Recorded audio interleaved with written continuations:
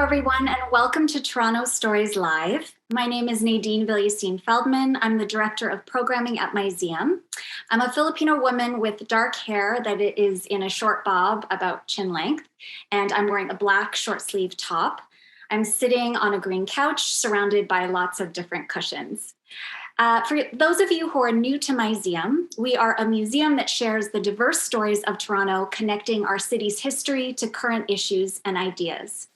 And as the Director of Programming, it is my work and our work here at Museum to consider what it means to make space and hold space for the diverse stories and histories of Toronto. And because all of our stories are ultimately deeply rooted in our relationship to the land we live on, I'd like to begin by acknowledging the history of this land as the ancestral homelands of the Mississaugas of the Credit First Nation, the Anishinaabe, Haudenosaunee, and Wendat peoples. And I'd like to honor their care and stewardship of this land from time immemorial and recognize that we benefit from the caretaking efforts of those who have come before us as we live and gather on the land today. For me, personally, recognizing this history challenges me to think about what my responsibilities are as a first-generation immigrant to honor the Dish with One Spoon covenant, which predates settler treaties and reminds all of us, settler, immigrant, newcomer, those forcibly brought by the transatlantic slave trade, and the diverse Indigenous peoples who live here today, of our individual and collective responsibility to develop and maintain a healthy relationship with the land. Remembering the history of this land also challenges me to think about the settler impacts on our relationship to the land and to one another. How does this history affect how we tell our stories? How does it inform which stories we choose to tell? And as a programmer, of course, I'm inspired to think about how the stories we share today might contribute to the writing of relations amongst ourselves and with the land, and serve the 7 generations that follow us. For tonight's program, Toronto Stories Live, we approached 4 storytellers with a simple request: to share with us an important person, place, or event in Toronto's history. And what they came back to us with was a mix of stories that are personal, political, humorous, and seminal. We are very pleased to be presenting the following stories tonight: the story of Jean Lumb, as told by Arlene Chan; the election that changed Toronto, told by John Lorinc; Daphne Odjig, told by Bonnie Devine; and the Binational Lesbian Conference, told by Rebecka Sheffield. Before we begin, we just wanted to share some additional information about tonight's program. This program is an hour and a half long, and a full recording of this event will be available a few weeks following the program, as well as videos for each story. So we invite you to please feel free to take breaks as you need them. This program consists of live introductions from each storyteller, followed by their recorded Toronto story, each of which are about approximately 10 minutes in length. We will be finishing the program with a 20-minute question and answer period with all the 4 storytellers, so please be sure to enter your questions in the Q&A box along the way. Feel free to do that throughout the program. Please note that each recorded story includes captions, and there are live captions available for the live portions of this event. Instructions on how to activate the live captions for introductions and the Q&A will be in the Zoom chat. So I would strongly encourage you to pop open the chat box during this program, as that's where we like to share things like bios, definitions, and resource links for deeper learning. And it's also a wonderful way to share your thoughts and interact with our storytellers, as well as your fellow audience members. And now to begin our program, I'd like to invite Arlene Chan, author and award-winning Chinatown historian, to come on camera and introduce her story about her mother, Jean Lumb. Thank you so much, Nadine. Hello, everyone. My name is Arlene Chan, and I'm a 3rd-generation Chinese Canadian who grew up in Toronto's Chinatown. I am someone who has shoulder-length hair that is getting grayer by the day, and I'm wearing a dress with a red scarf to bring good luck and good fortune to our program. And I do know that it's going to be a very successful program. I'm enjoying my years as a senior, pursuing my passion for writing, researching, and talking about the Chinese in Canada.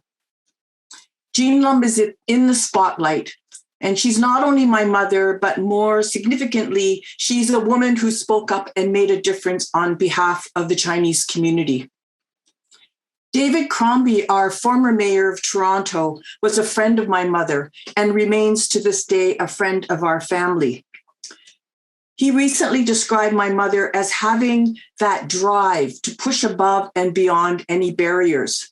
She always forged ahead, despite so many challenges, to realize her dream of inclusion, being inside the circle of Canadian life.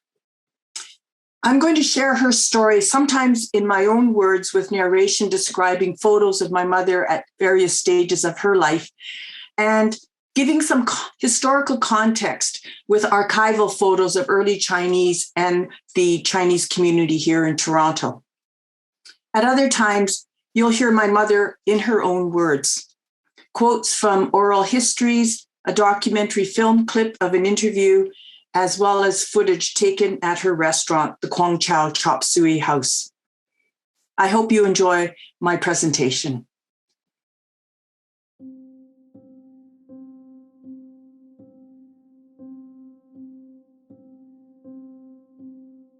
She sparkled, she bedazzled. To say that my mother, Jean Lumb, was one of a kind is an understatement.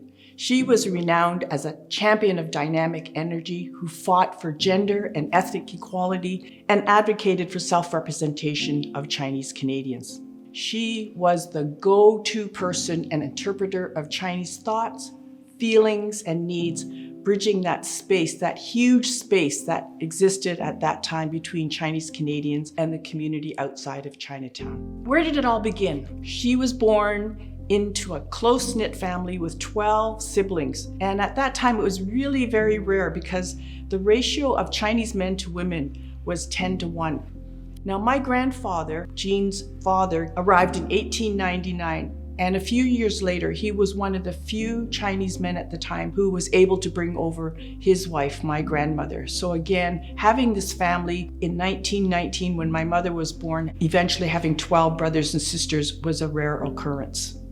Life for any Chinese living in the sleepy town of Nanaimo, BC, where my mother was born, or any other place in Canada was challenging. In BC alone, there were over 100 anti-Chinese policies and laws that barred, segregated, and restricted the Chinese in Canada. It was Jean's humble beginnings and her sense of feeling outside the circle of Canadian life that paved the way for her future as a woman of many firsts. My mother had 11 children in Canada, and I'm number 6 of the family of 12. I got put into grade 4, and then I skipped, and I got into grade 6, and then next thing you know, I was 12 years old.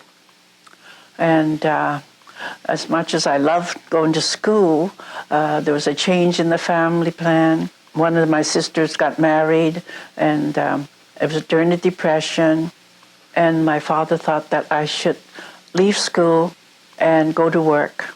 Chinese family, of course. As father said, that the boys need the education because they have to make a living to look after their family. Girls get married, and their husbands would have to look after you. So therefore, education to the girl is not as important as the boys. When I was told to quit school, I cried. And my father said to my mother, I didn't know Jean was going to take it so hard. So my father came in and talked to me. He said, Jean, I know it's very hard on you, but you don't worry. After school, you can learn from your brother's homework. For the Chinese school, I'll teach you at home. And I learned more from him in Chinese than my brothers and sisters did. We lived in a Chinatown area where we don't see anybody else except Chinese people. That we weren't allowed almost to go downtown where the white people were. I had to go to a segregated school, which I was not happy at all. So I think in those days, I felt I was out there, looking in on the playground, that I feel that I'm not in there. So there seemed to be a circle that's keeping me out. And I said, I wish one day that I would be inside the circle instead of being out here. I said, maybe if I had blonde hair and a different, my face could be a little more white, I could go to those schools then, and I only wish that once, that I wasn't from my father and my mother's family, that I had blonde hair, but just for that once little while, I felt that, wouldn't it be nice if I was a blonde and I can go to these schools and be inside the circle instead of outside the circle. At age 16, during the Great Depression in the 30s, Jean was sent by her parents to work for her married sister in Toronto. And when Jean arrived in Toronto, there was such a small Chinese community, only about 2,000. Chinatown was located downtown in what was called St. John's Ward, or the Ward. A few women and only a dozen or so families made up a disproportionately male population, the result of the head taxes that discouraged Chinese immigration from 1885 until 1923, and the subsequent exclusionary law that outright banned Chinese immigrants from 1923 until 1947. The ratio of men to women was 18-1, and for someone from a huge, loving family, Jean was dismayed by the absence of family life. Her wedding to my father, Doyle Lumb, a few years later in 1939, resulted in the loss of her citizenship, another example of Canada's harsh laws. Even though she was born in Canada, she had to take on her husband's official status. And because my father was born in China, he was classified as alien. Decades later, the tide turned and came full circle. Jean regained her citizenship and was later appointed a citizenship judge who administered the oath of citizenship to hundreds of new Canadians. World War II was a really huge turning point in Chinese-Canadian history. After the war, the Chinese gained the right to vote across Canada, and with that right to vote, they could now run for public office and enter in professions like medicine and law. The exclusionary law was repealed in 1947. However, there remained so many restrictions that prevented the Chinese from bringing their wives and children to Canada. Jean fought to bring more changes to ease family reunification. As the only female who was directed by the male delegates to sit at the back and be quiet as a mouse, she ended up being the spokesperson at a meeting with Prime Minister John Diefenbaker. In her words, "When we got there, Fun Sin, the official spokesperson, was seated next to Mr. Diefenbaker. But Mr. Diefenbaker insisted that I sit next to him, since I was the only woman delegate. Mr. Diefenbaker had one bad ear, the one next to Wong Fun Sin. So every time Fun Sin read from the brief, Mr. Diefenbaker would ask me what he said. Since I knew that brief inside out, I explained to him what had just been said. The questions from the floor were mostly directed to me because of the fact that I was a woman and the issue was family reunion. I feel very lucky that I had the opportunity to be out front as an official spokesperson. Women have always had to be too much in the background." Jean continued to make great strides for her community. She served as the president of numerous Chinese women's groups, trustee for a Chinese school, and only female member of the Chinese Community Centre of Ontario. After New City Hall was opened in 1965, at the expense of 2/3 of Chinatown being demolished, Jean headed the Save Chinatown Committee to ward off further expropriation. What was left of Chinatown was saved. The Kwang Chow, the restaurant that my parents owned in Chinatown, attracted well-known diners from prime ministers and politicians to movie stars. There, Jean built a network of distinguished and influential clientele who helped seal her position as the unofficial mayor of Chinatown. She raised awareness about her community, breaking labels and stereotypes portrayed and perpetuated by the public, media, and elected officials. The once marginalized Chinatown became a popular destination rather than an area to avoid. This banquet at the Kwang Chow restaurant was attended by Mayor Nathan Phillips, Prime Minister John Diefenbaker learning how to use chopsticks, and Member of Parliament Roland Michener, later appointed the Governor General of Canada. As another way to introduce Chinese culture to the larger community, Jean established a Chinese dance troupe. Performances around the city and across Canada culminated in a command performance for Queen Elizabeth II on the occasion of Canada's centennial celebration on Parliament Hill in 1967. So as if running a restaurant, raising 6 children, and managing a dance troupe were not enough. Despite the cultural tides of the times, she extended her volunteerism outside her community, breaking glass ceilings in a line of many firsts. First Chinese woman on the boards of Women's College Hospital, Mount Sinai Hospital, University Settlement House, and the Rotary Lachlan Centre. And she was also the first woman and first Chinese Canadian to receive the Fran Deck Award for Outstanding Achievement in Toronto's restaurant industry. She was inducted into the Order of Canada as the first Chinese Canadian woman and first restaurateur ever in 1976. After decades of tireless pioneering, my mother died in 2002 at the age of 82. Her lifelong work on behalf of her community gave voice to the injustices of racism and discrimination. The ups and downs in the life of a small town girl from Nanaimo transformed her into a larger-than-life woman whose childhood dream of being inside the circle was realized. Driven by her passion and commitment to make a difference, Jean gave a voice for the voiceless, speaking up, telling untold stories, and creating a new narrative from a Chinese person's perspective to help her community fully and equally participate in Canadian life. Her legacy lives on through our family, the Jean Lumb Foundation that awards high school students of Chinese heritage from across Canada, a commemorative provincial plaque that is situated in our first Chinatown, about a block south of where the Huang Chao restaurant was, the Jean Lumb Lane that runs south off Dundas in West Chinatown, and the Jean Lumb Public School, the highest honor that pays tribute to her lifelong commitment to education.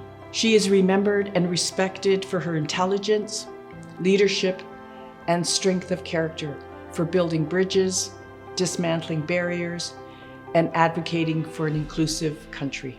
The power of one voice can be a transformative agent of change. Jean Lumb has taken her rightful place as a Canadian who made a difference.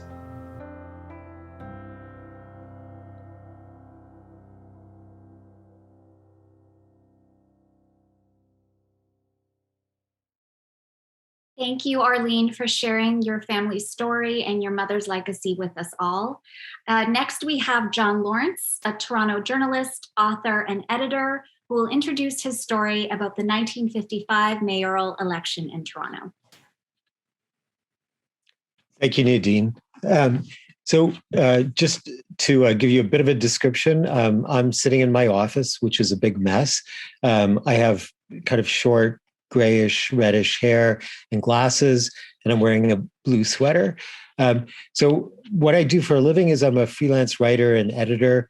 I cover City Hall and I write about urban affairs for a bunch of different publications, and I'm a senior editor at Spacing Magazine.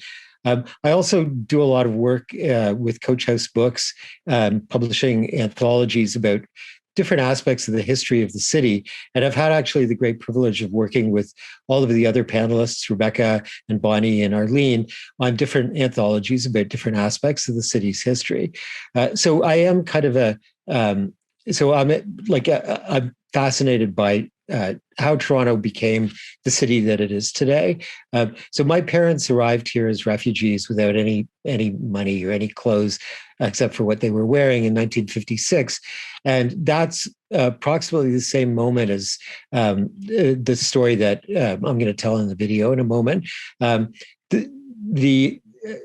I mentioned, I write a lot about urban politics and municipal politics, and most people don't know anything at all about municipal politics in Toronto before the 1960s.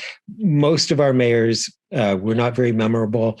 There are a couple that have their names on boats and stadiums, but for the most part, it was not a particularly illustrious group.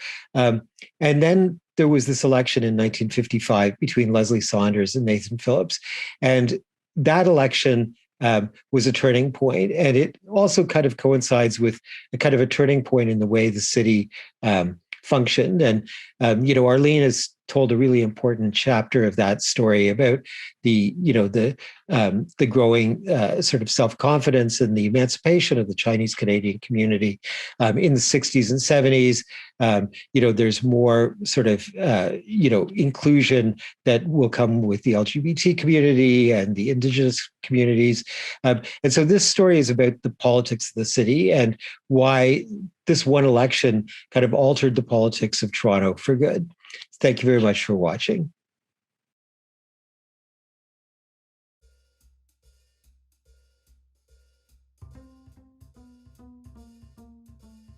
The 1954 Toronto mayoral campaign featured a showdown between two municipal stalwarts, Leslie Saunders and Nathan Phillips. Both were Tories, and both had served at City Hall for decades. In that era, mayoral elections took place every year. Generally, Toronto's early chief magistrates weren't important political leaders. With a few, their names survive because they adorned stadiums or ferries. Most, however, have been forgotten, leaving no particular legacy. That year's race, however, offered something different. A dynamic that seemed well-suited to a period of rapid post-war change. Saunders represented the old guard, and specifically the Orange Order, a defiantly anti-Catholic fraternity that traced its roots to the immigration to Toronto of Ulster Protestants from Northern Ireland. The Orangemen were intensely conservative, more British than the British, as the saying went, and had dominated local government for decades. Phillips, though he had served for many years as an alderman and a controller, exemplified a very different outlook. A glad-handing lawyer from Brockville, Phillips was Jewish. His religion hadn't hurt his political career, but Toronto, known as the Queen's City, had never elected a Catholic mayor, much less a Jewish one. The unexpected outcome of their dramatic showdown was to reset the city's politics forever. During the post-war years, Toronto was making space for thousands of returning soldiers and therefore faced acute housing shortages. The baby boom was fueling suburban expansion as well as post-war prosperity and consumerism. The city had also become the destination for tens of thousands of immigrants and refugees, veterans and their Dutch or British war brides, displaced persons from the concentration camps, as well as Poles, Italians, Germans, Ukrainians, Austrians, and other Central Europeans. Immigrants were changing Toronto. Born in London, England in 1899, Leslie Saunders arrived in Toronto via North Bay in 1928 and worked as the business manager for the Sentinel, which was the Orange Order's local paper and stridently anti-Catholic. He was elected to City Council in 1942, a time when 16 of 23 aldermen were Orangemen. The order traces its roots to William of Orange's victory over the Catholic army of King James II at the Battle of the Boyne in 1690. In Northern Ireland, Orangemen paraded through Catholic neighborhoods, inciting riots and sectarian violence. In the late 19th and early 20th century, Toronto was sometimes described as Canada's Belfast for its staunchly Orange culture, which featured nepotism, anti-papist rhetoric, and Orange Day parades, though little of the overt violence from the old country. Nate Phillips, as he was known, had a career as a litigator in Toronto and a garrulous, self-deprecating manner. His family traced its roots to some of the earliest Jewish settlers to Upper Canada. He joined the Conservative Party in his 20s and was elected to City Council in 1926, hoping to use that office as a stepping stone. Phillips ran 3 times for the provincial legislature in ridings around Spadina, but lost each race. He then ran unsuccessfully for mayor twice, against Alan Lamport in 1951 and 1952, and finally decided to leave public life. The December 1954 election really began earlier that year, when the incumbent, Alan Lamport, resigned to become the chair of the TTC. Saunders, as deputy mayor, stepped in to fill his place. Not long afterwards, he released a statement on City of Toronto letterhead that exemplified the bellicose rhetoric for which the Orange Order was well known. He extolled the virtues of the city's Protestant base, quote, reminding Torontonians of their British heritage. Saunders even compared the Allied victory over the Nazis to William's 1690 triumph at the Battle of the Boyne, and announced a major parade to mark the day, July 12th. By the early 1950s, Toronto's Orange Order was waning in its influence. Orange lodges were losing members and closing. A younger generation didn't care about Boyne, nor did they see the benefits of joining. Saunders' move that summer irritated Catholics and moderate Orangemen and drew intense media condemnation, including from the Toronto Telegram, the Toryist of all the city's dailies. The only rivers that Leslie Saunders is expected to concern himself with as mayor of Toronto, the Telly scolded, are the Don and the Humber.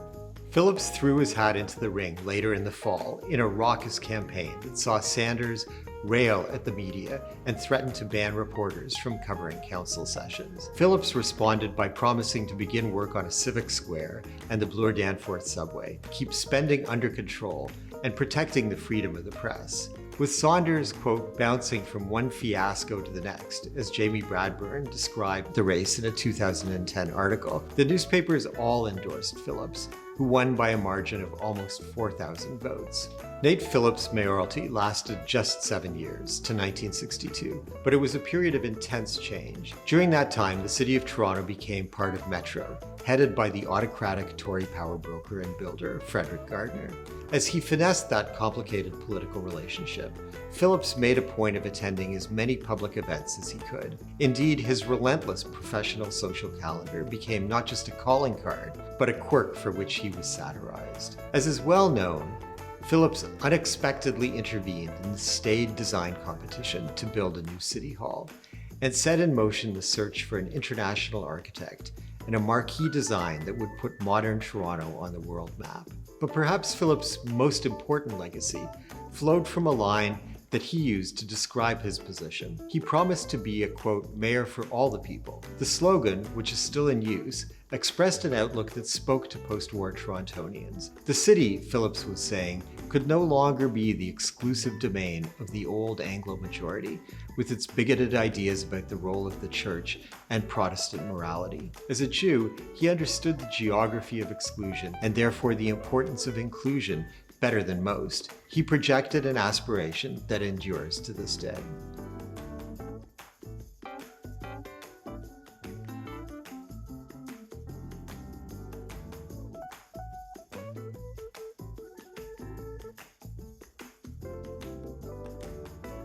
Thank you, John. Just a reminder to everyone who's joined us, if you have any questions for our storytellers this evening, please remember to submit your questions at the bottom of your Zoom screen using the Q&A function. We'll end this evening with a Q&A with all the storytellers. I'd now like to invite Bonnie Devine, installation artist, video maker, curator, writer, and educator, to introduce her story about the artist Daphne Odjig. Hello, everybody. My name is Bonnie Devine. I'm an Anishinaabe artist, writer, and other things. I'm wearing a black blouse with cactuses all over it. I have dark hair tied to one side, and my background has a pink moose, of all things, in the upper corner. Today, I am delighted to tell you the story of Daphne Odjig, an Indigenous artist who has been an inspiration to so many Canadian artists and storytellers during her 60-year career. Daphne was a pathmaker, an innovator, an organizer, and a role model who broke barriers for Indigenous artists and women with a fierce and fearless intelligence and creativity. Her life, in so many ways, traces a trajectory that many Indigenous people will recognize and identify with. As she learned how to discard the fear of the racism and rejection she'd experienced as a young woman and claim her Indigenous heritage with all her heart. Daphne's story will be illustrated with images of her paintings. So in a way, Daphne is telling her story herself. And of course, that was Daphne's way. Thank you, and I hope you enjoy hearing Daphne's story.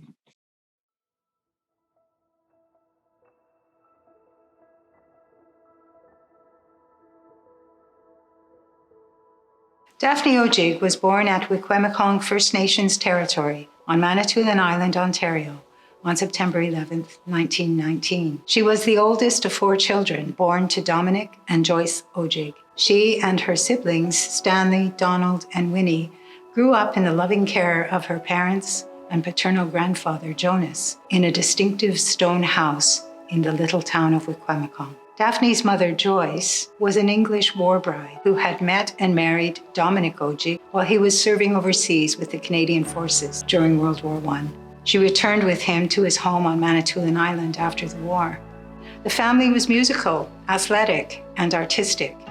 Daphne played the guitar, danced, and competed in community track and field events. She was an avid student at the Jesuit Mission School in Wikwemicong until she contracted rheumatic fever in 1932 when she was 13 years old and had to leave school to convalesce. Her grandfather, Jonas, an accomplished stone carver, took over her education and taught her drawing and visual composition. Jonas's visual influence can be seen in the dominant curvilinear lines of Odjig's drawings and paintings, lines that recall the marks a carver would scribe on a rock. Daphne's mother and grandfather died within months of one another in 1938, and the family's life was thrown into turmoil. Daphne left Manitoulin Island with her younger sister, Winnie, to seek work on the mainland. The pair stayed in Parry Sound for a time, then moved to Toronto. The outbreak of World War II had created new jobs for young women, and Daphne was able to work at several factory jobs to support herself and Winnie. Meanwhile, she spent her evenings and weekends drawing at the Royal Ontario Museum and the Toronto Art Gallery, teaching herself to paint by copying the works of famous artists there. This picture, Roots, currently hangs in the Lieutenant Governor's office at Queen's Park. It's a triptych, a series of 3 connected panels, painted in 1979. The first panel shows Daphne as a little girl at Wikwemicong, in the circle of her loving family, ancestors, and protective spirits. Note the small tree on the right of the panel. In the middle panel, that tree is uprooted as Daphne sets out for Toronto. Here she worked to support herself and her sister and met and married her first husband, Paul. Can you see how Daphne paints the tree as a transforming being amid motifs of distress and new beginnings? The third panel on the right shows the tree well planted and thriving as Daphne establishes a new home and a loving family in British Columbia. In 1964, Daphne was invited to return to Wikwemicong to attend the community's 4th annual powwow. This was a relatively new experience, for such ceremonial and celebratory events had long been outlawed by the Canadian government. She initially hesitated when asked to join in the dancing. It felt so strange and foreign, but when at last she moved into the circle with her relatives, something in her spirit awoke. You see, she had put aside many of the teachings and lifeways of her Indigenous forebears. She had even changed her name from Odjig to Fisher to better fit into Canadian society. But when she began to dance to the beat of the drum with her family around her that day, she said she suddenly realized who she was and where she came from. "I became an Indian," she told me. From 1964 on, Daphne's art focused on Indigenous heritage, traditions, beliefs, and stories, and the cultural awakening she envisioned for her family, community, and people. From then on, she put away the anglicized name Fisher and signed her paintings Odjig. And she began to understand her art's potential to preserve her culture and renew her community's purpose and pride.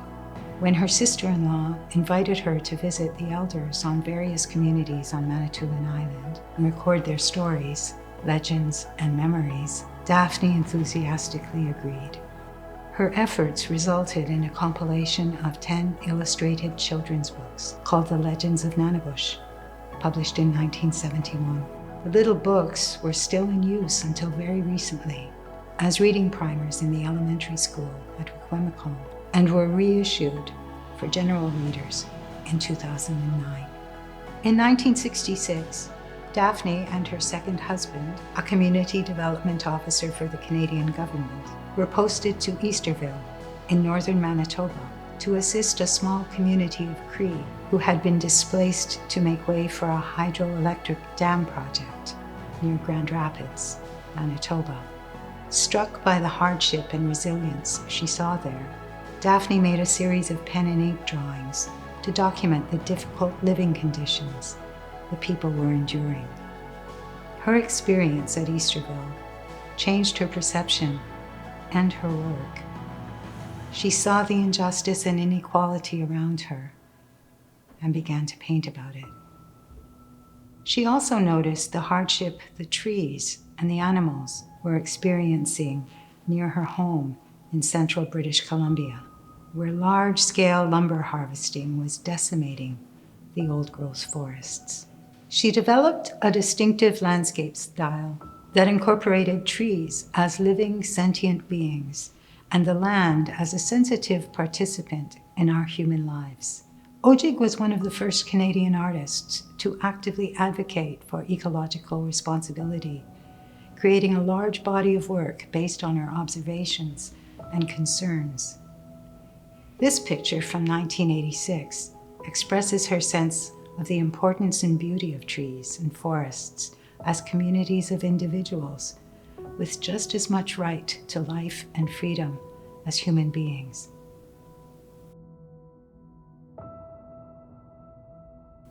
She was also deeply interested in telling the history of her people, a history too often ignored in school curricula or history books. Daphne painted this picture, a monumental mural more than 30 feet long, titled The Indian in Transition, in 1978. It was commissioned by the Canadian Museum of History, but was not actually installed in the museum's public gallery until 2006. Before then, it hung rather obscurely near the ceiling of the museum's library. The mural shows the progression of Indigenous history in North America, from a place of harmony and tradition on the left, to the coming of the Europeans, to the dominance of the church, the residential school system, and the social harm and loss they caused, to a time of cultural renewal and restored harmony on the far right.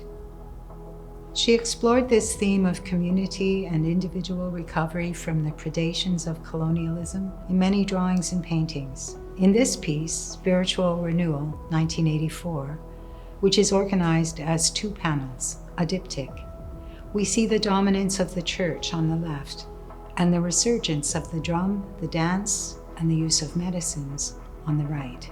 Daphne's message was always clear, that the way forward for our people must involve reaching back to the old knowledge, the old practices, and the ever-present spirits, who are represented by the resplendent blue bird on the far right of the picture.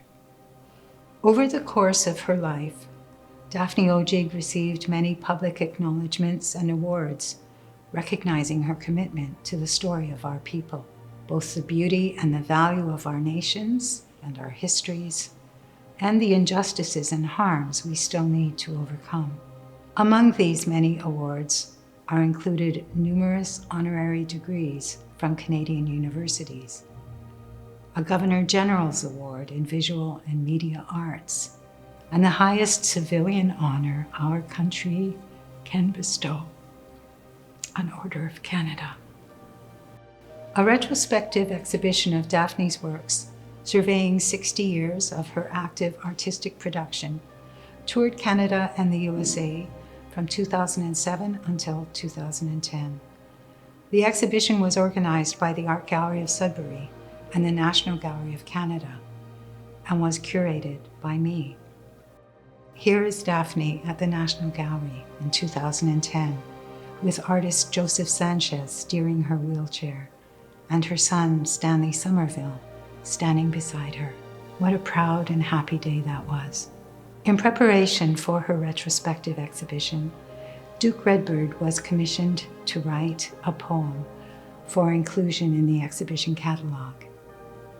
We're honored that he has agreed to contribute a reading of his poem to this story of Daphne's life.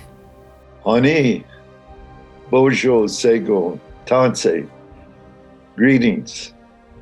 I'm Dr. Duke Redbird, an artist and poet. I'm a father, grandfather, great-grandfather, and elder from the Saugeen Ojibwe First Nation. Daphne Odjig, who lived from 1919 to 2016, is regarded as the grandmother of Aboriginal art. Daphne Odjig said that if her art has opened doors between Native and non-Native Canadians, then I am glad. I am even more deeply pleased if it has helped to encourage the young people to express their pride in our heritage more openly, more joyfully than I would ever have dared to think possible. In keeping with these sentiments of Daphne Odjig, I was inspired to write this poem called Miigwech and Thank You, Daphne Odjig. There is a place they call the Haunted Shore. It's a place where the ancient spirits dwell, and you can hear their voices singing like the ringing of a bell. And the echo washes over you in kayak or canoe, the swirling of the whitecaps, the howling of the wind. They take you on a journey to the past, then bring you back again. And there upon those ancient rocks, with simple brush and pen, our ancestors painted with red ochre as a medium. The people drew their legacy in colors and in line. The memory of 10,000 years eternally enshrined. Since then, those days have faded fast. Canoes and kayaks no longer journey to the haunted rocks to view the ancient past. Today, that world has been replaced by computers and cell phones, and we no longer seek the smoking fires of those ancient ones. The uncontaminated sanctuary that was their flesh and bones. Each generation that is born must walk a different path, guided by a map drawn by those whose destiny it is to document the past. On Manitoulin Island, where the great mystery dwells, Daphne Odjig was born in that sacred land, with a vision in her mind and a paintbrush in her hand. And as she wandered in meadows where the hawberry grows, she heard the stories that the wild creatures told. "Paint me," the voices cried. "Paint me as I once was. Paint me, our Mother Earth, and the people that she loves. Paint the embers that are burning, the wigwam that is well lit. Paint the milestones of our journey that is not over yet. Paint the challenges that face us, the struggles to be met. Paint the faith, the hope, and the visions of the past that we must not forget." Thank you, Daphne Odjig. Thank you, in Miigwech. Your canvases are a diagram etched in time, each painting stitched together like a patchwork quilt warms the dreaming spirit and gives guidance to the soul. Our children in the future may well walk among the stars in biospheres on Venus and on Mars, but they may never swim in the sparkling waters of a river, lake, or pond. Your paintings will be the memory of a universe that is gone, an echo from the past to which the future must respond. As our Mother Earth continues to evolve and the human family to exist, it is the artist who unveils our collective consciousness. We thank the Creator for giving us the privilege to witness such a gift. Thank you, Daphne Odjig. Thank you, and Miigwech.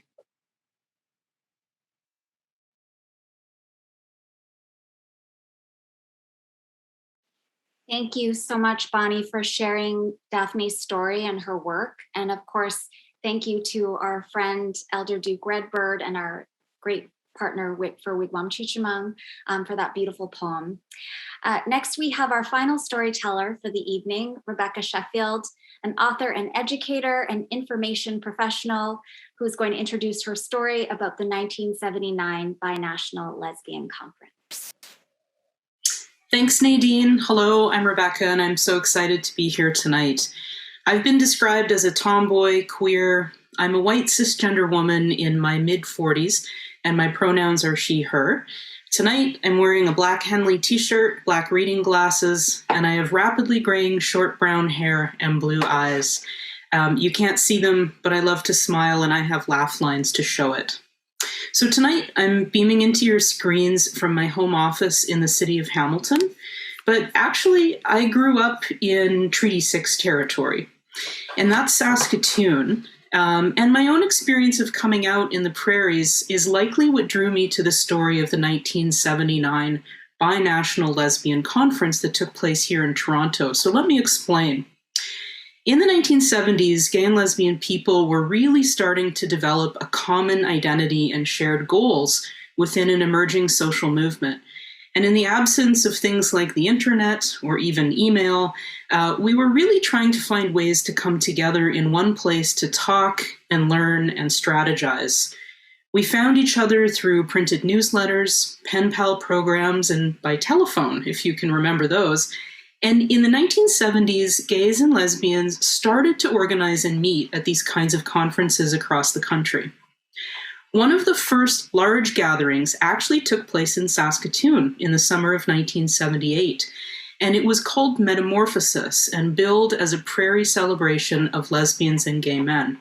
Now, I was only 2 when Metamorphosis happened, but I can tell you that the locals that I met later in the 1990s who did attend the conference carried with them such fondness and appreciation for this event. So years later, when I moved to Toronto and learned about the series of lesbian conferences that took place here and elsewhere, I wanted to learn more. And so thanks to my museum, I did get the chance to dive deeper into this history. And this is the story tonight that you'll hear. You'll learn about the social and political context that brought lesbians together in the spring of 1979 and why this conference is worth remembering. 1979 is an interesting time, somewhere between the partial decriminalization of homosexuality, just months before the raids on gay bathhouses that sparked massive protests, and a few years before the AIDS epidemic would really change the gay and lesbian movement forever. You'll also meet 2 delightful women, Robin Tyler and Shelley Robertson, who recall what it was like to live in this time and place.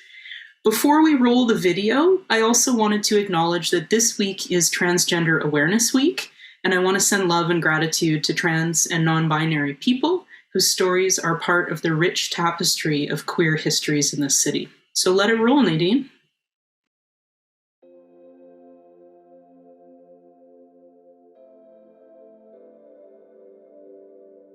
Hello, I'm Rebecka Sheffield, and I'm here to tell you the story of the 1979 Binational Lesbian Conference. Now, if you live in Toronto today, you're likely familiar with the annual Pride Festival that takes place here each June, culminating in a colorful parade celebrating two-spirit, lesbian, gay, bisexual, trans, non-binary, and queer people. The Pride Festival grew out of a long history of activism and organizing for the social acceptance and human rights for 2S LGBTQ+ people. I want to tell you about one moment in that long history. I want to take you back to May 1979, when 400 women came to Toronto to take part in the very first Binational Lesbian Conference. For 3 full days of workshops, presentations, and discussion groups, lesbian women gathered together as one community that was distinct and special. But before I get to the point, and I do have one, I want to set the stage. In the 1970s, lesbian women were still mostly in the closet, afraid to disclose their sexuality for fear of losing jobs, housing, or even their own children. But things were starting to change. You see, 1979 sits at the tail end of a rather progressive period in Canadian history. Out on the streets, the gay liberation movement was in full swing, with many activists laser-focused on ending the police harassment of gay men. The women's movement was also thriving in the city of Toronto. Organizers, many of them lesbian women, had helped found women's centers, rape crisis centers, and daycare centers, as well as social spaces such as the Toronto Women's Bookstore and women's coffee houses.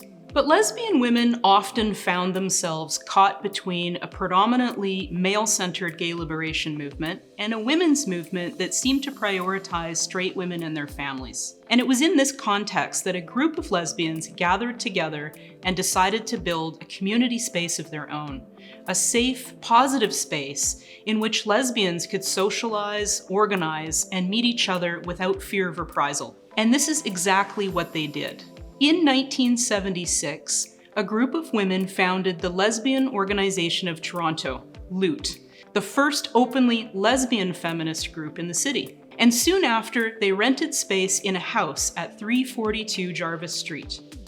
Now, LOOT didn't always get it right. In 1978, the organization affirmed its position that LOOT, which prided itself on being a women-only space, was not open to trans women, a decision that continues to cause division among lesbian feminists today.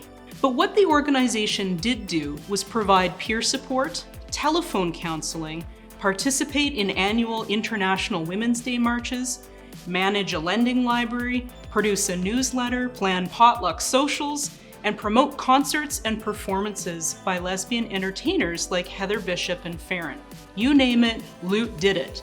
And this goes to show you that if you want to get something done, it's best to put a lesbian in charge. LOOT also hosted the 1979 Binational Lesbian Conference. Hey, see? We finally arrived at the story. In fall 1978, a group of LOOT members decided that they wanted to organize a conference to raise the visibility of lesbians. They began fundraising and planning a program that would bring together working class and middle class lesbians and feminist intellectuals from across Canada. They even began to popularize a slogan, "What do you do with 1,000 lesbians?" I want that on a t-shirt. You see, the conference organizers were quite passionate. They believed that in order for lesbian women to achieve equality with men, they first needed to develop a strong, self-determined community of their own. To achieve this, women would have to learn skills and knowledge that had previously been the domain of men. At the same time, lesbian women needed opportunities to share ideas, work through contentious politics and disagreements, and build personal and professional competencies. And that's exactly what the 1979 conference was meant to do. Now, this wasn't the first lesbian conference. There had been a small gathering in 1973, and then another larger conference in Ottawa in 1976. This time, though, the organizers hoped the conference would be larger in focus and attract attendees from across the country. Oh, and it would be called binational, not just national. And this was because organizers wanted to recognize the growing Quebec sovereignty movement and include participation from Anglophone and Francophone women. LOOT booked space to host the conference at Hart House, a student activity center on the University of Toronto campus. It was only a few years prior, in 1972, that Hart House even began allowing women to become full club members. Conference organizers hoped to fill the whole building with lesbians. And they did. Though not quite as many as organizers had hoped, more than 400 women convened at Hart House on May 19, 1979. They came by foot, bicycle, bus, car, train, and even airplane from all corners of the country. On the first day, a Saturday, women arrived for an opening plenary and a day of workshops, with topics ranging from lesbian relationships to lesbians in prison, all offered in simultaneous French translation. One workshop dealt with motherhood. Now, this was a time when lesbian women routinely lost custody and had to fight the courts to even access their own children. Another workshop focused on minority lesbians and what we might now call intersectional identities. While lesbian feminism is often and rightfully criticized for centering the needs of white women, Black, Indigenous, and women of color were always part of and driving conversations and activism within the movement. The discussions continued into Sunday and were complemented by a series of skills-sharing sessions. Participants could learn about basic car maintenance and bicycle repair, how to run a coffee house, and even self-defense techniques. Women were offered lunch, billeted accommodations, and even free daycare. Organizers really thought about everything. On Monday, May 21st, at a closing day plenary, Loot member Amy Gottlieb led a group of participants to draft a lesbian Bill of Rights. This manifesto attempted to awaken a new energy within the lesbian feminist movement. It stated, and I'll paraphrase a bit here, "In the past decade, as many women came out, we have built communities and networks. We've taken a collective stride into the future. Let's let our militance and imagination lead us forward, always hoping that we will be respected for who we are." Phew, I've always admired Amy Gottlieb for her optimism. But let me pause here for a moment and reassure you that even among difficult times and challenging conversations, lesbians can have fun too. The conference organizers made sure to pepper the program with a range of social events. There was a percussion jam, an evening of theater, an art show, and even singing lessons. A highlight of the event was the Saturday night banquet and dance. Picture it. 600 women came out to the banquet room of the War Amps building at 62 Wellesley Avenue West to have dinner and dance the night away to the music of local favorite Mamma Kia 2. Now, there was a long tradition of women's dances in Toronto. These were great spaces for lesbians to frolic and have fun, maybe even find a date. Mamma Kia 2, named after the Inca goddess Mamma Kia, was often the house band, fronted by singer Susan G. Cole and later Lorraine Segato, who would go on to form the Juno Award-winning Parachute Club with keyboardist Laurie Conger and drummer Billy Bryans. I can only imagine what it would have been like in that room among 600 lesbian women to feel the power of that community, a community that barely made a blip on the radar for most people living in Toronto at the time. The 1970s was really a period of lesbian identity in formation, and the conference was a clarion call for a more public and visible presence. You know, another highlight of 1979 was an event that featured the inimitable Robin Tyler. For those of you who don't know who Robin Tyler is, she was part of a comic duo, Harrison and Tyler. For nearly a decade, these two toured around the world, visiting small venues, colleges, and women's coffee houses. In 1979, Robin released an album called Always a Bridesmaid, Never a Groom, and made history by becoming the first out comic on American television, 20 years before Ellen DeGeneres would do the same. But I think even for Robin, the conference and the energy that it created by bringing together so many lesbian women in one place was, well, it was memorable. This is Robin and her childhood best friend, Shelley Robertson, a star in her own right. Shelley was an arts and entertainment editor for the Toronto Star. In 1979, Shelley accompanied Robin to U of T campus for the event, and this is what they remembered. I remember that show because I had just completed Always a Bridesmaid, Never a Groom, and I remember that was one of my first performances of it. It was great because I was mirroring their experience. That's why comedy became so big in the women's movement and in the lesbian movement. It even outlasted folk music thank God, at some point. It's still around today because it really reflects our culture. When the night was over and we were on our way home, we hopped in a cab. Robin had a girlfriend in Toronto, and we're heading for Robin's hotel where the two women will be dropped off. They are smooching in the back seat, and we are having a conversation about the evening and lesbian this, lesbian that, lesbian, lesbian, lesbian, lesbian. That was the whole conversation until we got to the hotel. The two women got out, we said our goodnights. When we get to my house, The cab driver turns to me and he says, "Would you like to go out for a cup of coffee?" I thought, are you deaf?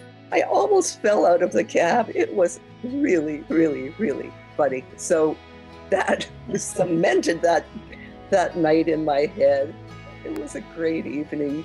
So, 1979. While the Toronto lesbian community continued to develop in strength and diversity, the Binational Lesbian Conference gave women the opportunity to exchange ideas, share culture, and enjoy each other's company, sometimes intimately. They were, and we are, as the conference organizers proclaimed, united in armed snuggle.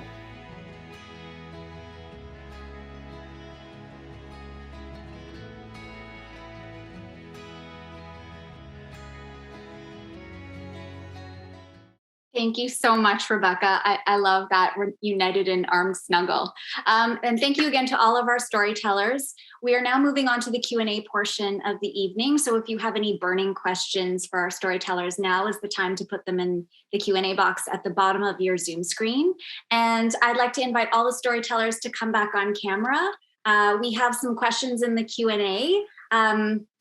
So I will start off by asking, there is a question for Arlene, asking at what age you began to notice and appreciate the work that your mother was doing, and when did you decide that you wanted to document the history of Toronto's Chinatown? I'm so embarrassed to answer this question and make a confession, because when my mother was so active, she was getting all this recognition from the community. She was winning awards.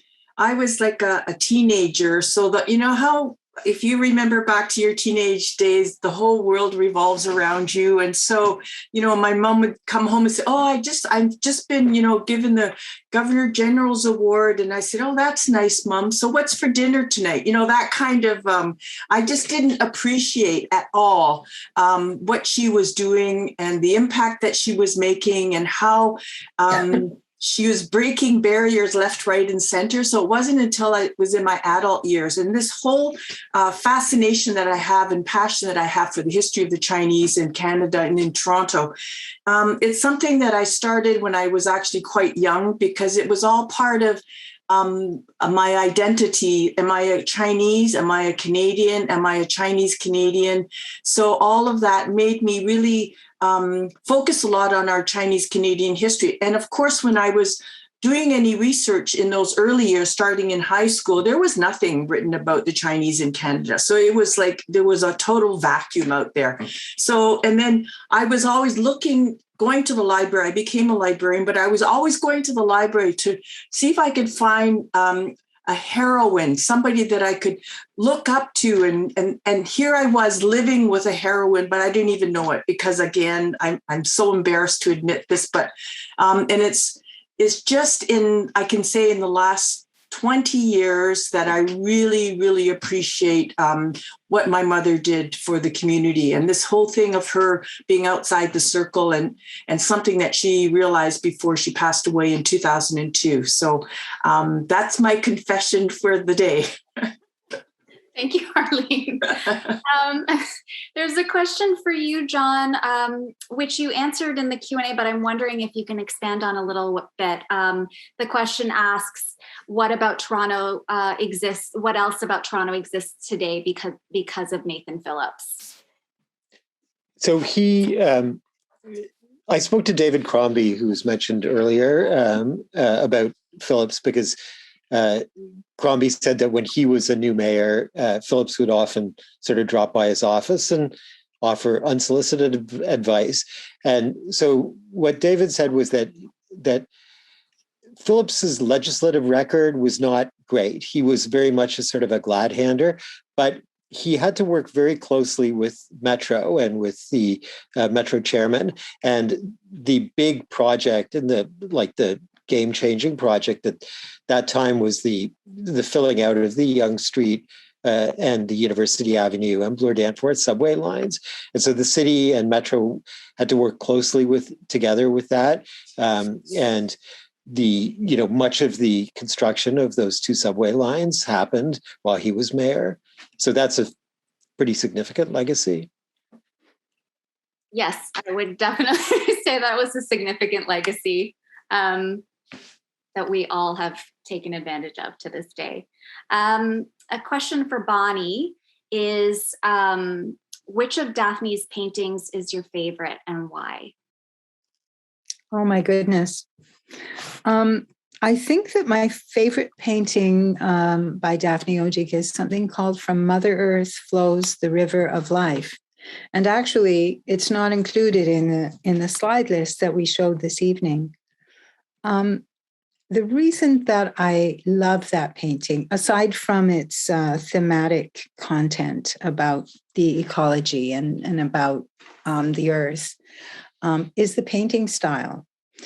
During the time that Daphne was emerging as an Indigenous painter, the field was dominated by men and predominantly by Norval Morrisseau and people who were painting in the style of Norval Morrisseau. He had established something called the Woodland School, which I'm sure, you know, most Canadians are aware of. Very flat planes of color surrounded by a black form line. Extremely colorful, very evocative picture making. And Daphne defied that. She broke the stereotypical way that Indigenous artists were expected to paint in those days, and she really was the first one to paint her own style, to break that form line, to break the picture plane, and to paint in an expressive way about something that mattered deeply to her, which was the earth and the survival of the earth. And so for me, that's an important picture, not only in Daphne's work, but I think it's an important picture in Canadian art history because it begins the flowering of a whole bunch of expression by Indigenous artists who were no longer needed to be bound by the expectations of non-Indigenous Canadians, could just paint the way that they wanted to.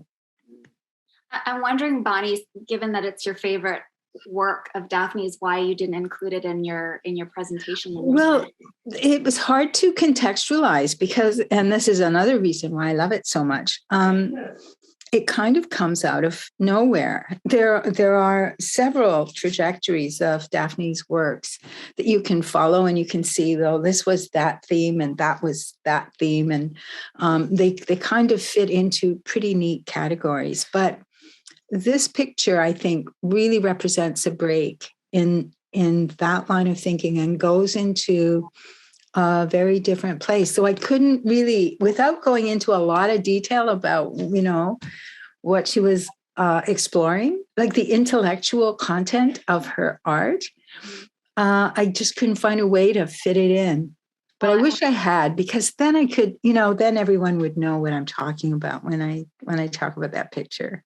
Well, I'm glad you had the opportunity to talk about it at least. Thank you. Rebecka, you mentioned before your presentation, you mentioned Transgender National Awareness Week. And I'm wondering if you can speak more about how trans women influenced the lesbian organizing in Toronto in the 70s.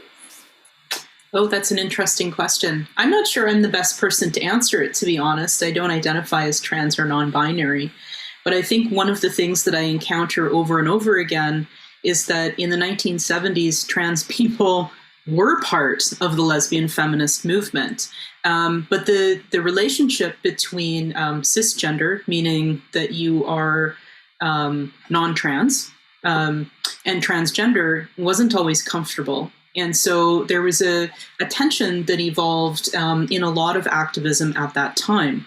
I think the modern, or what we think of now as a transgender movement, really hits its stride in the late 90s, moving into the 2000s to today, where we actually recognize the distinct and important needs of trans community over and above or separate from a lesbian or LGBTQ movement.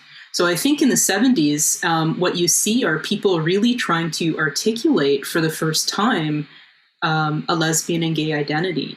And I use those terms specifically because the term queer was also not a term that was used as anything other than a pejorative term against queer people in the 1970s. So I would say we were all still trying to find out who we are at that time.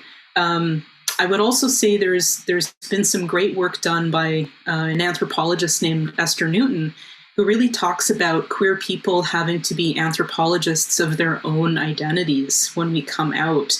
And so really trying to understand who we are, what we are like, who our community is, because it is not always obvious. And imagine, 600 people coming together for a comedy show or a musical night and a banquet would be quite a moment of community solidarity that hadn't really happened before, especially in Canada. So I think that question is probably something better answered by, I think, a few of the people on our membership list here tonight who've been reaching out, but definitely tense relationships, but also a period of really lesbian identity and formation. Well, we definitely invite the members of our audience to share their thoughts in the chat. We'd love to hear from you. And of course, to ask your questions in the Q&A. We have a question in the Q&A about where people can go to learn more about each of your stories. Maybe we can start with Arlene. Oh, okay. I mean, just to learn more about what I'm doing? Or I think the question is about to learn more about the story of your mom. Oh, right. Okay. Yeah. Thanks for clarifying. Yes, there are a few websites. We have Jean Lumb Foundation, and if you go there, there are quite a lot of photos and narrative about my mother's story. I did write a children's book called The Spirit of the Dragon, Story of Jean Lumb, a Proud Chinese Canadian. It was a children's book that I wrote. It was the very first book that I ever wrote. And again, it was because there was such a lack of information out there, and so much had been written about my mother in newspapers and magazine articles, but there was really nothing for children. So that's why I wrote that book. And I also have written for the Canadian Encyclopedia. So if you go there, I think the link was posted in the chat sideline that I wrote an article about my mother in Canadian Encyclopedia. And if you do a Google search, you will find a lot of citations about my mother. And especially if you go into any of the newspaper magazine databases, you'll find a lot about my mother there as well. Thanks for asking. John, do you want to share some places, some resources? I'm going to mention a book that I read at some point in the pandemic, which I found really eye-opening. A lot of what I've written about in terms of the city and its history is about, how Toronto went from being this very, very Anglo place to a city that's considered to be the most diverse place on the planet. And there are all sorts of explanations for that have nothing to do with local politics. But one of the interesting questions is what was here before. And so there's a book called Toronto, the Belfast of Canada, which is by a guy named William Smythe, who's a historian, and I believe he's based in Ireland. And it's about the history of Orange politics in Toronto. Now, this is the book is somewhat dry, so a little warning there, but it's really fascinating to read because it talks about how entrenched this particular type of politics was in the city. And so just to give you a couple of illustrations, you almost had to belong to the Orange Order if you wanted a decent job at City Hall, if you wanted to serve on City Council, if you wanted to sort of succeed in business. I mean, some of the very prominent Canadian or Toronto business people were part of that world, and it was incredibly conservative. I cover politics and urban policy for a bunch of different publications, and it's actually possible to find find habits that we still participate in, or that we still sort of fall back on, that can be traced to the conservatism of that period. And so in a way, the city's history is about this clash between this very solid, very sort of impenetrable Protestant politics and the all the new and interesting things that were brought to the city by people who didn't belong in that world. And that book really kind of explains sort of former part of that story. Thank you, John. Bonnie, do you want to share anything? Sure. Actually, there are quite a lot of works available that talk about Daphne's life and the way that her art formed her identity. So I went to my bookshelf and grabbed some of them. This is the catalog for the Daphne Odjig exhibition, and it has a full biography in it. And this is available through the National Gallery. It's called Daphne Odjig, The Drawings and Paintings. The Nanabush Tales, they're little small books, and they're available through the Art Gallery of Peterborough has a full set of them that you can buy. I think you can get them online as well. There's an article online at the Canadian Encyclopedia. So if you Google Canadian Encyclopedia and searched for Daphne Odjig, there's quite an informative article there. And finally, I would be very remiss if I didn't mention Stan Somerville. Stan is Daphne's son. He manages the copyright for all of Daphne's images. They're available to look at on the website that he runs. It's called ojig.com. He gave us permission to reproduce all of the images that we use to illustrate the story tonight. And there's a lot of information there about Daphne and her work and her life. Thanks, Bonnie. Rebecka, do you have any resources? What's fascinating is that the story is sort of so hidden that there isn't a real clear writing about it. And so I really had to go to the source, which were some of the people who were there and attended it. And I also had to go to the archives. There are a couple of places that you could find reading. One of them is Becky Ross's book, The House That Jill Built, but unfortunately it's out of print. So I would point people who are interested in learning more about two-spirit, lesbian, bi, trans, gay history to actually look at Any Other Way, which is probably behind me on the shelf somewhere. And there's a note I see in the chat about that. Any Other Way is edited by John Lorinc and others, including myself, and it really brings together a selection of stories in these kind of beautiful 2-3 page snapshots of Toronto and how Toronto became queer. And I think that's probably where I would direct people. Thanks, Rebecka. And just to let everyone know, we'll be sharing all of these resources with you after the program, along with all the links and resources we've shared already in the chat. So if you didn't manage to scribble that down quickly, we'll be sure to share that with you after the program. We have a question for Arlene asking if you could share your memories of dancing with your mother's dance troupe, in particular, the command performance for Queen Elizabeth II in Ottawa. Yes, the dance group was called the Chinese Community Dancers of Ontario, and it was sponsored by the Chinese community. And it's just another way for my mother. One of her most influential mentors was Pauline McGibbon, who later became the Lieutenant Governor of Ontario. And Pauline McGibbon said to my mother, she said, Jean, you've done so much work in the community. You really should now start going outside of the community and talking about the Chinese culture and Chinese food. And that's when my mother started doing all these speaking engagements, talking about food. Again, breaking down barriers, building awareness of the Chinese community. And so Chinese food, of course, is one part of Chinese culture, and another aspect is Chinese dance.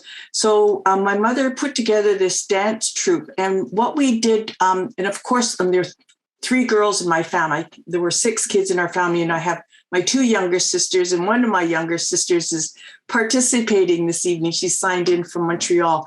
But we all were trained by teachers who came from Hong Kong and from Taiwan.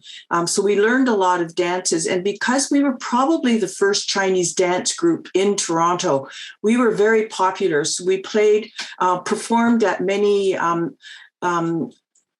events inside the Chinese community, especially, and then also outside the Chinese community. And we, in fact, traveled across Canada because we became very, very popular and in demand. We traveled across Canada.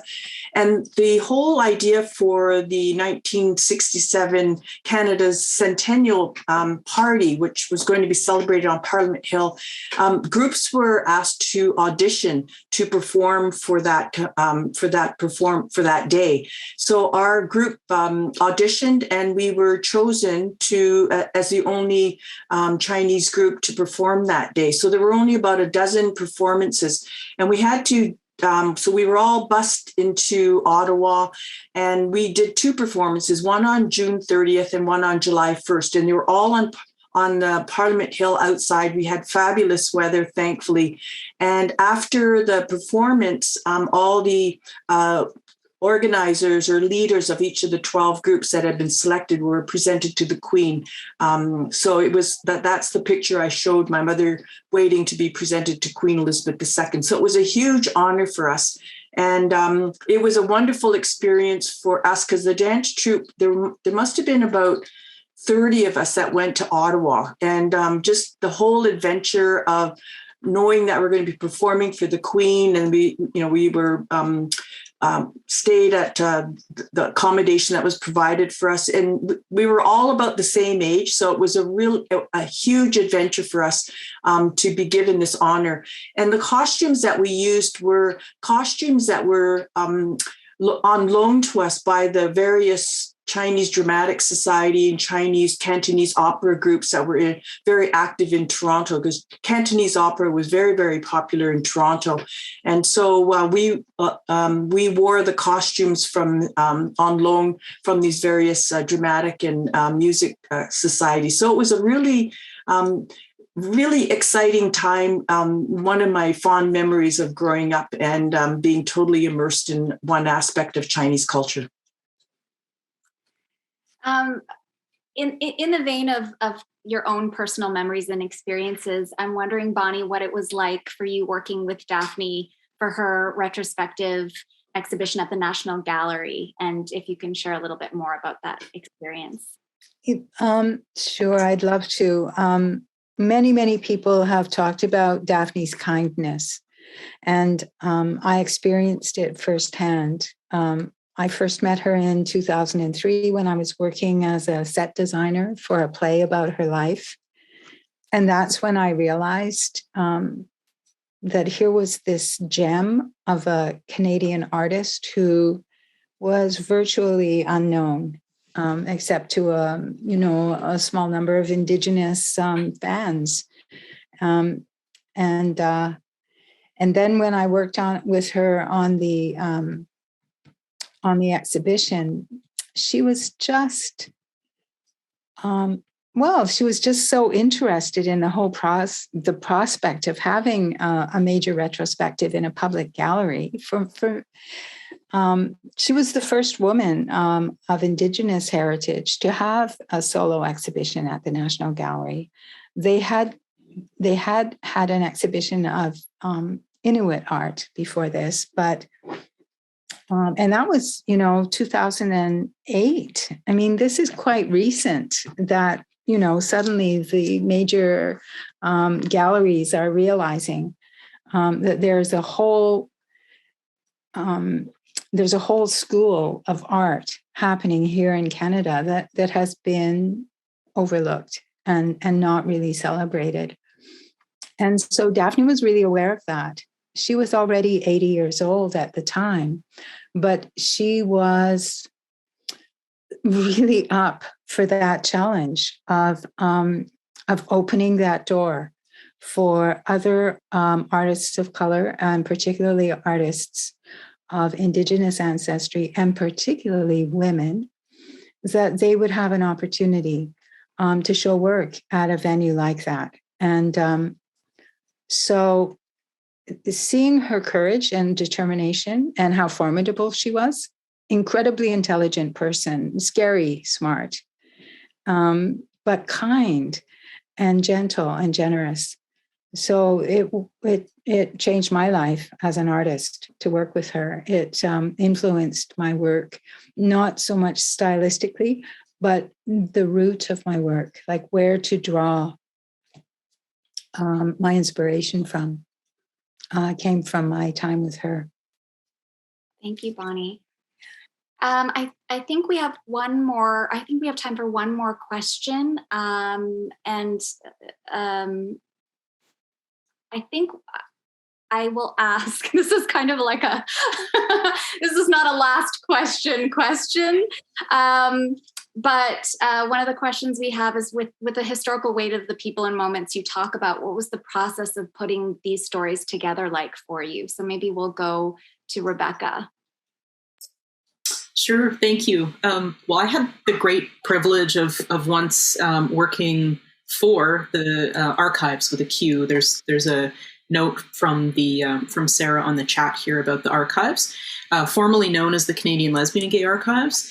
So I was familiar with a lot of the timeline, the content, the people who were involved in this conference, as well as other conferences and meetings or gatherings that took place in Toronto.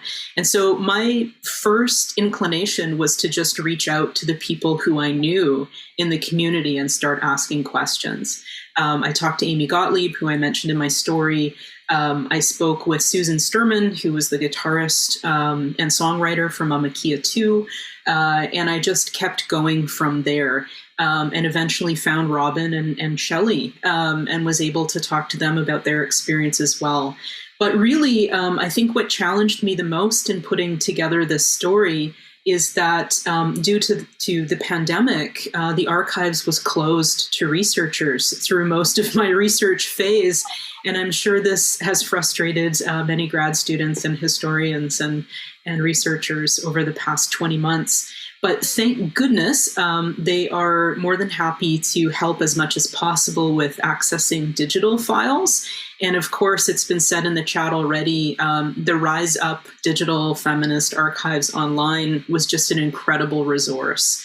The Binational Conference produced a program that's several pages long that lists all the events, all of the places that the events took place.